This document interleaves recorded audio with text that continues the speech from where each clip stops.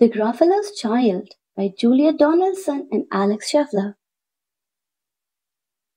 The Gruffalo said that no Gruffalo should ever set foot in the deep dark wood. Why not? Why not? Because if you do so, the big bad mouse will be after you. I met him once, said the Gruffalo. I met him a long, long time ago. What does he look like? Tell me, Dad. Is he terribly big and terribly bad? I can't quite remember, the Gruffalo said. Then he thought for a minute and scratched his head. The big bad mouse is terribly strong, and his scaly tail is terribly long. His eyes are like pools of terrible fire, and his terrible whiskers are tougher than wire. One snowy night when the Gruffalo snored, the Gruffalo's child was feeling bored. The Gruffalo's child was feeling brave, so she tiptoed out of the Gruffalo's cave. The snow fell fast and the wind blew wild. Into the wood went the Gruffalo's child. Aha! Oh-ho! A trail in the snow? Whose is this trail and where does it go?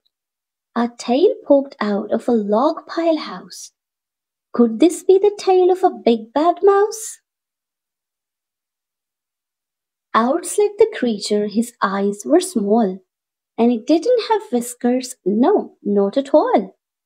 You're not the mouse. Not I, said the snake. He's down by the lake eating Gruffalo's cake. The snow fell fast and the wind blew wild. I'm not scared, said the Gruffalo's child. Aha, oh-ho, marks in the snow. Whose are these claws marks? Where do they go? Two eyes gleamed out of a treetop house. Could these be the eyes of the big bad mouse? Down flew the creature, his tail was shot, and he didn't have whiskers of any sort. You're not the mouse. Hoo-hoo, no, I.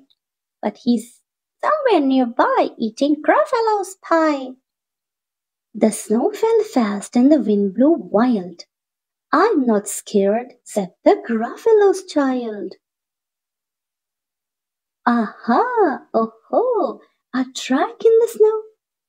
Whose is this track and where does it go? Whiskers at last, and an underground house. Could this be the home of the big bad mouse? Out slunk a creature, his eyes weren't fiery, his tail wasn't scaly, his whiskers weren't wiry. You're not the mouse. Oh no, not me. He's under a tree drinking Gruffalo's tea. It's all a trick, said the Gruffalo's child, as she sat on a stump where the snow lay piled. I don't believe in the big bad mouse. But here comes a little one out of his house. Not big, not bad, but a mouse at least. You'll taste good as a midnight feast. Wait, said the mouse. Before you eat, there's a friend of mine that you ought to meet. If you let me hop onto a hazel twig, I'll beacon my friend so bad and big. The Gruffalo's child unclenched her fist. The big bad mouse? So he does exist. The mouse hopped into the hazel tree. He beckoned and said, just wait and see. Out came the moon. It was bright and round. A terrible shadow fell onto the ground. Who is this creature so big, bad, and strong?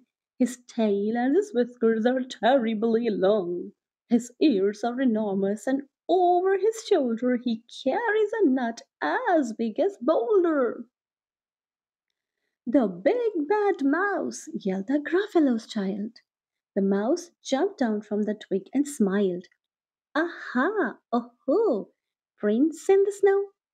Whose are these footprints? Where do they go? The footprints led to the Gruffalo cave, where the Gruffalo's child was a bit less brave. The Gruffalo's child was a bit less bored. And the Gruffalos snored and snored and snored. Thanks for listening. Please be sure to like and subscribe below.